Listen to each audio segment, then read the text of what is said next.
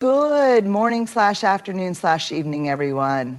We've all been there, that moment when a conversation takes a turn and suddenly you feel drained, manipulated, or diminished. Maybe it's a coworker who thrives on drama, a friend who always turns the conversation back to themselves, or a family member whose negativity seeps into every interaction. Toxic people, we all encounter them, and yet so many of us struggle with how to handle them in a way that honors our boundaries and our well-being.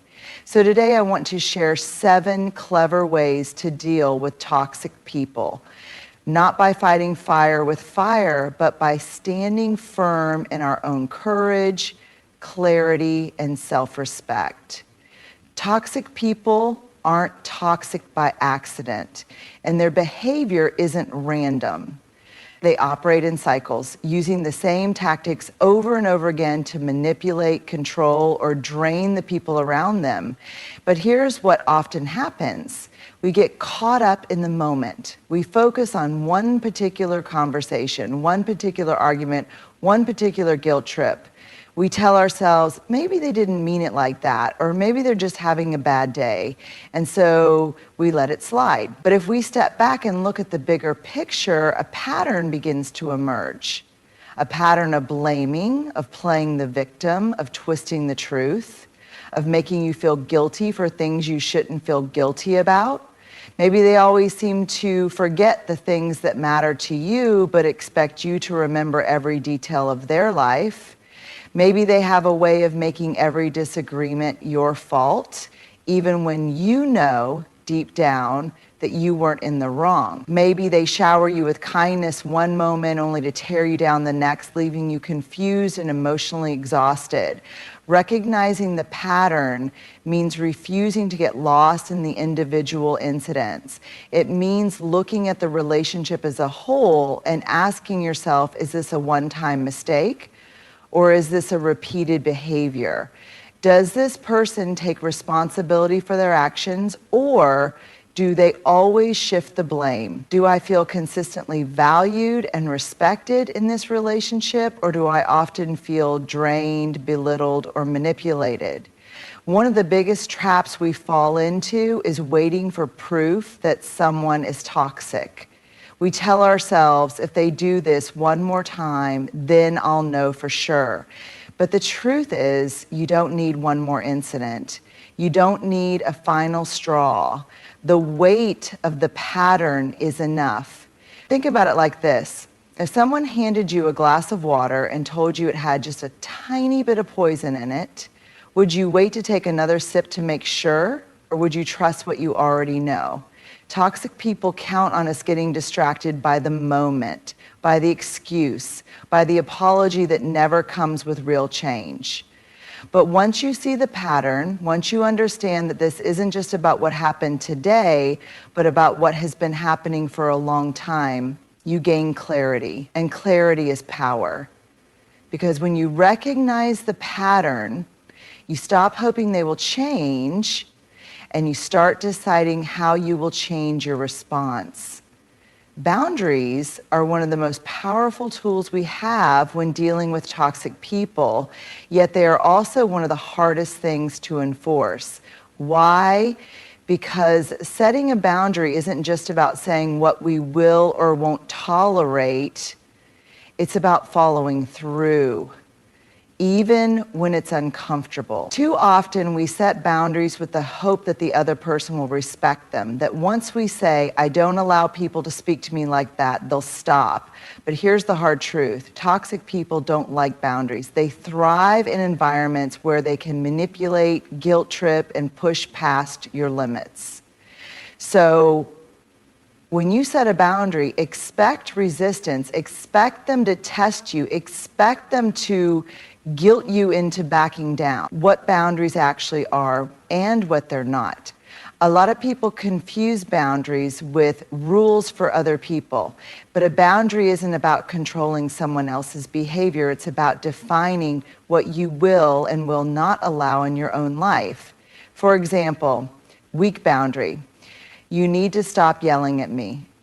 Strong boundary. If you continue to yell at me, I will remove myself from the conversation. You see the difference? The first statement tries to control the other person's actions, which you can't do. The second one is about your own response, which is within your control. Why boundaries fail and how to make them stick. A boundary that isn't enforced is just a suggestion. Toxic people will push and test your limits to see if you really mean it. And the moment you back down just once, they learn that your boundary isn't real. Let's say you tell a friend, I can't be around you when you start gossiping about other people. The first time they do it, you say nothing. The second time, you uncomfortably laugh and try to change the subject. By the third time, they know they can ignore your words because your actions didn't follow through. So how do you make boundaries stick? By being consistent, even when it's hard. When someone crosses the line, you must hold firm. If you said you would leave the conversation, then leave. If you said you wouldn't engage in their negativity, then don't. The moment you enforce a boundary, you send a clear message. I respect myself enough to uphold my own limits. The emotional toll of boundaries. One of the hardest things about setting boundaries is the emotional backlash, especially if the toxic person is someone you care about. They might call you selfish. They might accuse you of being cold, unkind, or abandoning them. And that can be incredibly painful. But here's what you need to remember. Setting boundaries isn't about punishing them. It's about protecting you. It's about recognizing that your emotional well-being matters. That you don't have to keep sacrificing your peace just to keep someone else comfortable. And let's be honest, people who truly respect and care about you won't punish you for having boundaries. Only those who benefited from you having none will make you feel guilty for setting them. Boundary setting in action. Let's say you have a family member who constantly criticizes your life choices. Every phone call turns into them questioning your decisions, making passive-aggressive comments, or telling you what you should be doing. You leave every conversation feeling drained and invalidated. A clear boundary might look like this. First step, I don't feel comfortable discussing my personal choices with you. They continue, if this topic comes up again, I'll need to end the conversation. Final enforcement. The next time they bring it up, you follow through, politely but firmly ending the call or walking away. At first, they may be shocked, they may push harder, but over time, they'll learn that when you set a limit, you mean it. The freedom that comes with setting boundaries is an act of self-respect. It's you telling yourself, I deserve peace. I deserve respect, and I will not allow anyone to treat me in a way that compromises my well-being.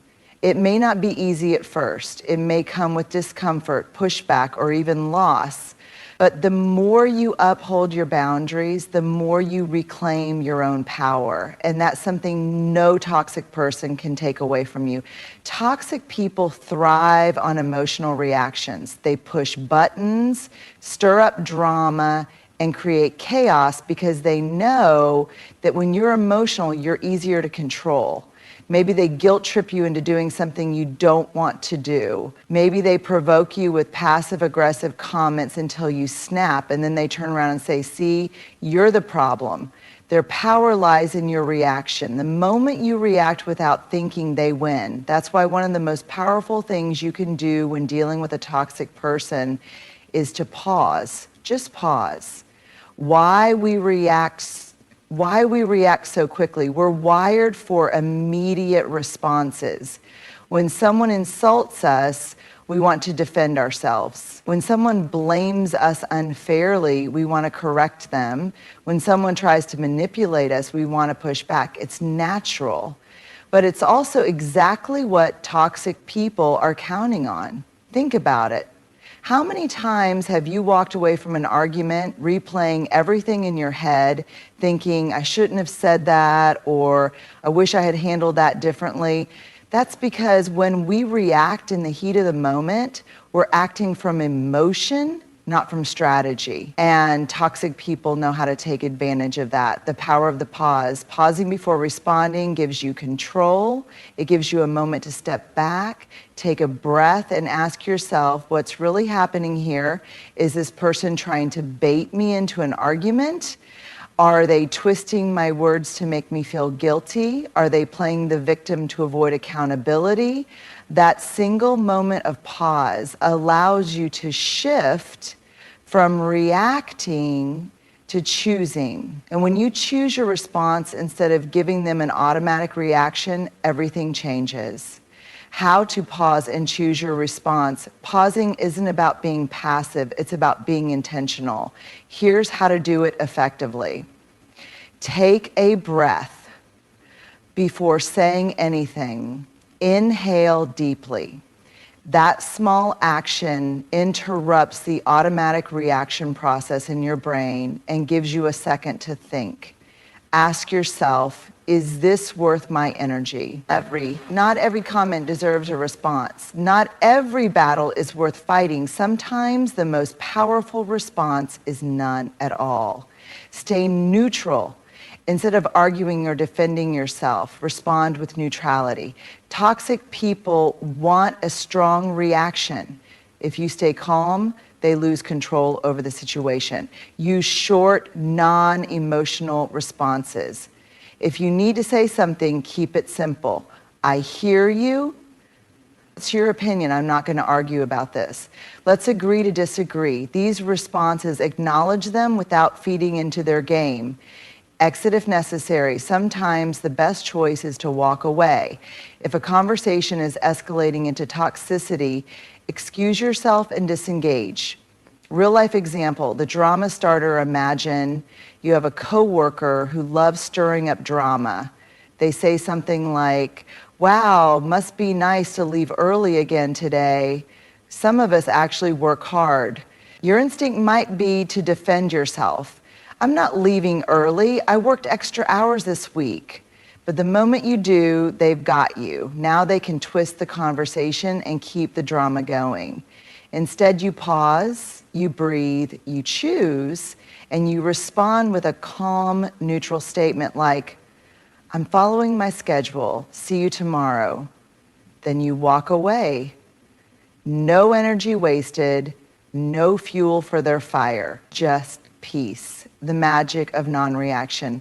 Here's the thing, when toxic people realize they can no longer get a rise out of you, they often stop trying. They either find someone else to provoke or realize their tactics don't work on you anymore.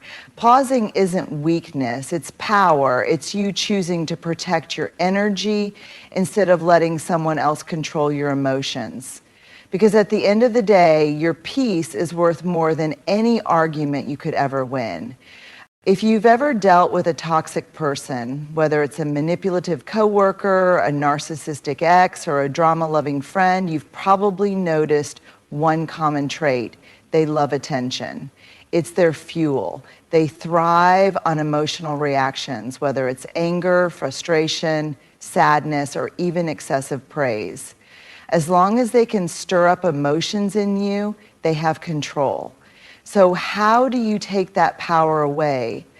You master the art of the gray rock method, a simple but highly effective strategy that makes you as interesting and engaging as, well, a gray rock. Dull, unremarkable, unresponsive. Why does the gray rock method work? Toxic people want engagement. They want a reaction, a fight, a debate, something to feed their need for control and drama. When you become emotionally detached and uninteresting, they lose interest in you. They can't manipulate you if you don't engage. Think of it like this. If a child throws a tantrum and you keep giving them candy to quiet them down, they learn that throwing a tantrum gets them candy. But if you stop responding and walk away, the tantrum loses its power. It's the same with toxic people. If you stop giving them emotional rewards, they'll eventually move on. How to be a gray rock. The goal of the gray rock method is to minimize engagement while remaining polite and neutral. Here's how you do it. Keep your responses short and boring, toxic person. Did you hear what she said about you? I can't believe she would do that. Oh, toxic person, aren't you mad? You should say something. You, not really. Toxic person, you're no fun. You, okay. See what happened? You gave him nothing to work with. No emotional response, no drama, just dull, uninteresting answers. Use neutral body language. Your words matter, but so does your body language. If you roll your eyes, sigh dramatically, or clench your jaw, they know they've gotten to you. Instead, keep your face neutral, your tone calm, and your body relaxed. Imagine you're a customer service rep dealing with a difficult customer. You're polite, professional, but completely detached. Avoid sharing personal information. Toxic people love to use your words against you. The less you share, the less ammunition they have. If they ask personal questions, keep your answers vague. What's new with you? Not much. How's work going? Same as always. Are you seeing anyone? Nothing exciting. The less information you give, the less they can twist or use to pull you into drama. Don't defend, explain, or justify toxic people or experts at baiting you into defending yourself. The moment you start explaining, they have an opening to argue, criticize, or manipulate. Instead of justifying your actions, keep it simple. Why don't you ever call me first? I've been busy. You always act like you're better than me. That's not my intention. Why did you ignore my text? I was occupied. No elaborate explanations, no long discussions, just neutral, unemotional responses. Exit conversations quickly. If a toxic person keeps pushing, politely excuse yourself. I've got to get going. I need to finish something up. I'm heading out. Take care. No apologies, no drawn out goodbyes, just a simple, clean exit. When to use the gray rock method. The gray rock method is especially useful in situations where you must interact with a toxic person, but want to minimize their impact on you. This includes at work, if you have a toxic coworker or boss who thrives on gossip and manipulation. With family, if you have a controlling parent, a dramatic sibling, or a relative who drains your energy. In co-parenting situations, if you share custody with a toxic ex and need to communicate without engaging in conflict. With narcissists and manipulators, if someone in your life constantly seeks attention, stirs drama, or enjoys creating chaos. When not to use the gray rock method. While gray rocking is powerful, it's not always the right approach. In healthy relationships, if someone genuinely cares about you but you're avoiding them out of frustration, have an honest conversation instead. When safety is a concern, if a toxic person has a history of becoming aggressive or violent when ignored, consider seeking professional support or a safe exit strategy.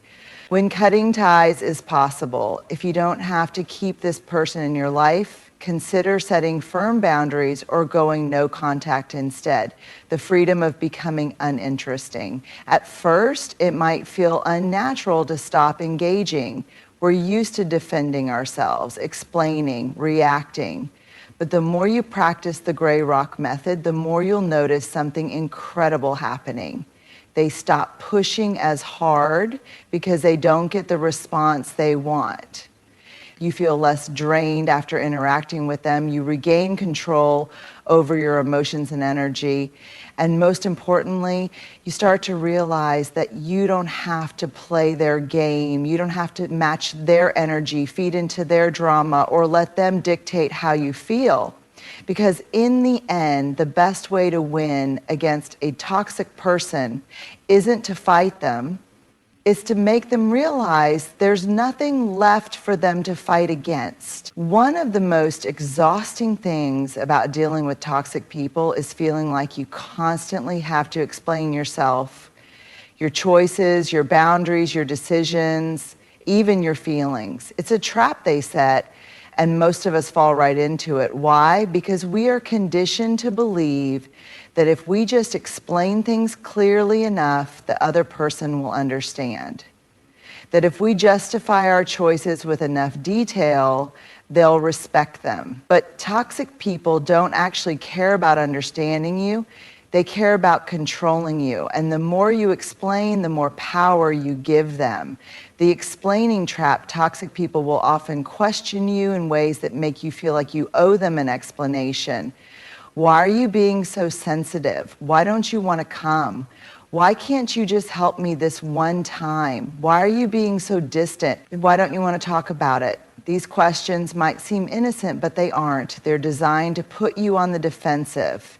The moment you start explaining, they twist your words, poke holes in your reasoning, or make you feel guilty. For example, I can't make it tonight because I have an early morning tomorrow.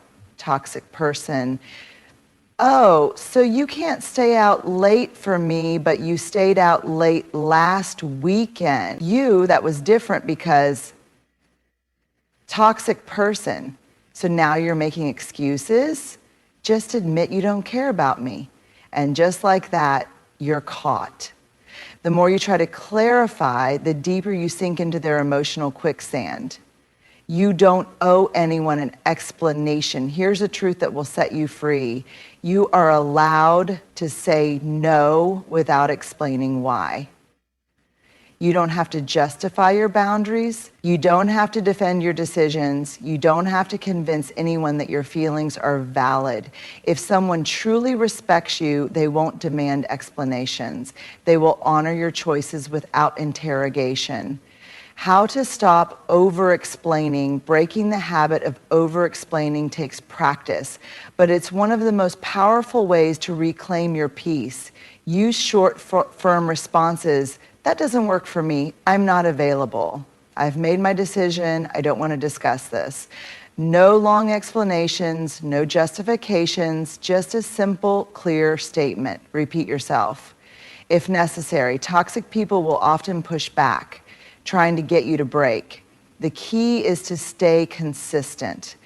Them, why won't you help me move this weekend? I'm not available. Them, come on, it's just for a few hours. I'm not available. It's not looking for a sign, it's looking for an unsign. You aren't available, it's looking for notice how you don't have to give a reason. The more you repeat yourself, the clearer your boundary becomes. Stop seeking their approval. A major reason we over-explain is because we want the other person to accept our reasoning. But with toxic people, no explanation will ever be enough. Once you realize you don't need their approval, it becomes much easier to simply say no and move on. Let silence be your response. Sometimes the best answer is no answer at all.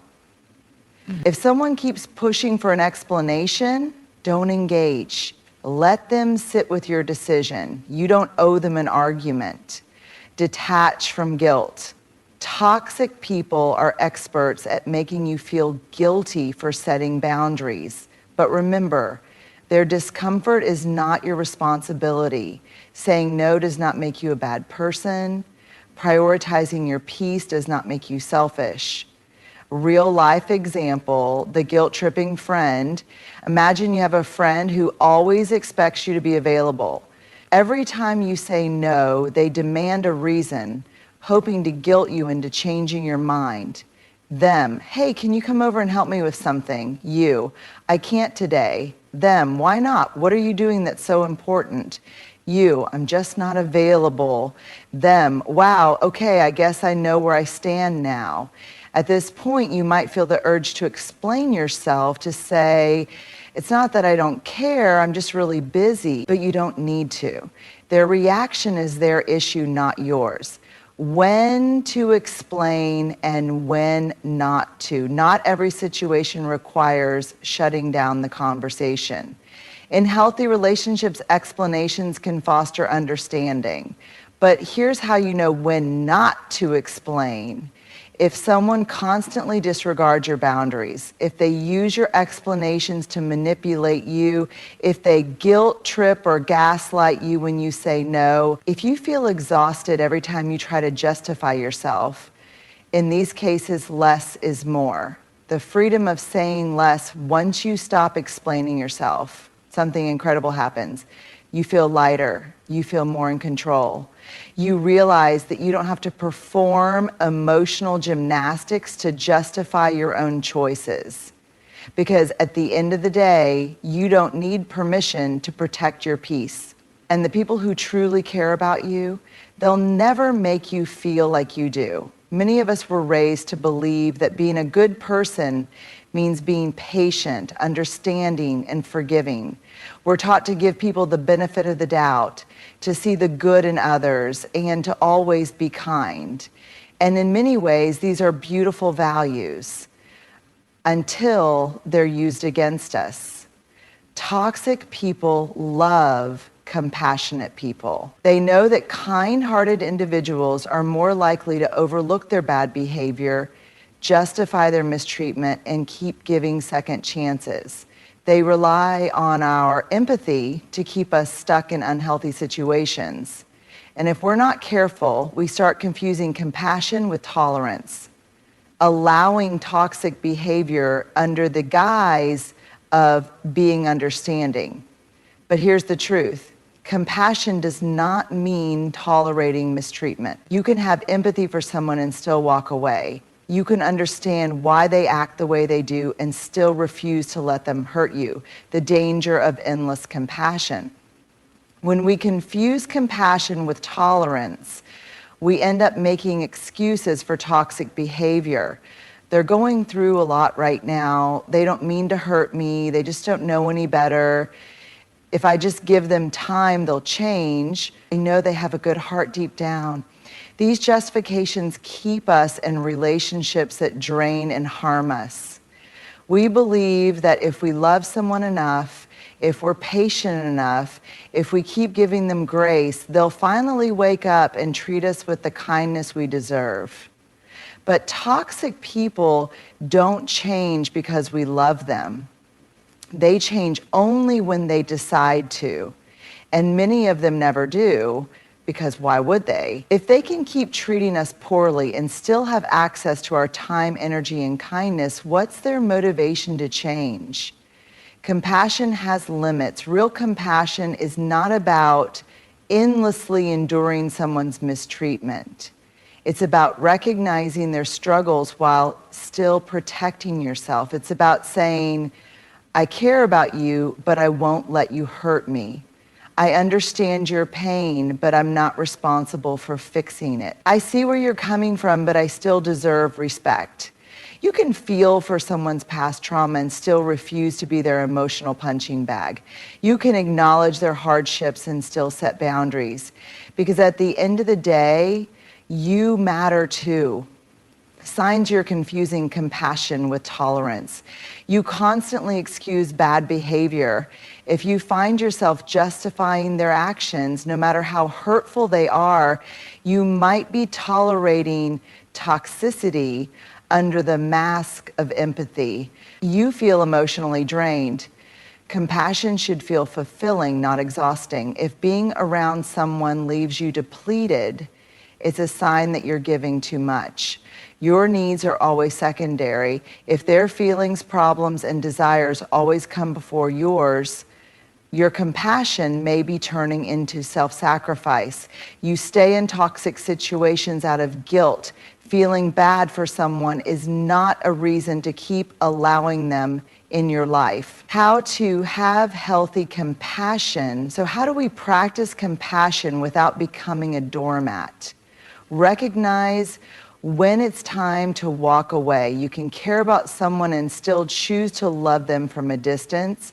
You can have empathy for their struggles and still refuse to let them pull you into their chaos. Sometimes the most compassionate thing you can do for them and for yourself is to step away. Set clear boundaries. Compassion doesn't mean giving someone unlimited access to you. If someone constantly drains your energy, disrespects you, or manipulates you, set firm boundaries. And more importantly, enforce them. Let go of the guilt. Walking away from a toxic person does not make you a bad person. It doesn't mean you don't care. It simply means you respect yourself enough to protect your own peace. Shift from fixing to observing. Instead of trying to fix or save someone, step back and observe. Are they actually making an effort to change, or are they just making excuses? If they aren't taking responsibility for their actions, your compassion won't make a difference. Ask yourself, if I keep giving, what am I losing? Compassion should never come at the cost of your own well-being. If someone's presence in your life is causing you more harm than good, it's time to reevaluate. The power of balanced compassion. Compassion is one of the most beautiful qualities we can have, but only when it's paired with self-respect. When we stop confusing it with tolerance, we free ourselves from unhealthy relationships and toxic cycles, because real compassion isn't about sacrificing ourselves for others.